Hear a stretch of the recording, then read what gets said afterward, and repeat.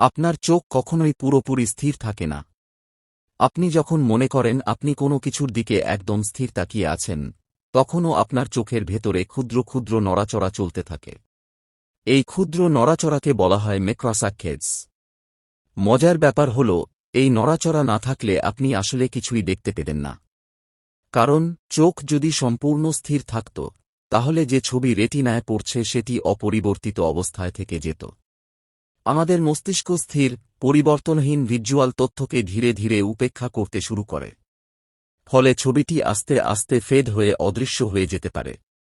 এই ক্ষুদ্র নড়াচড়ার কারণে ছবিটি সবসময় সামান্য বদলায়, তাই মস্তিষ্ক সেটিকে নতুন তথ্য হিসেবে গ্রহণ করে এবং দৃশ্য পরিষ্কার থাকে।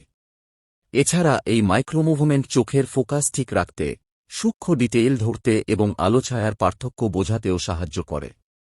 মানে, স্পষ্টভাবে পৃথিবী দেখতে হলে আপনার চোখকে সবসময় অল্প অল্প নড়তেই হয়, যদিও আপনি সেটা টেরই পান না।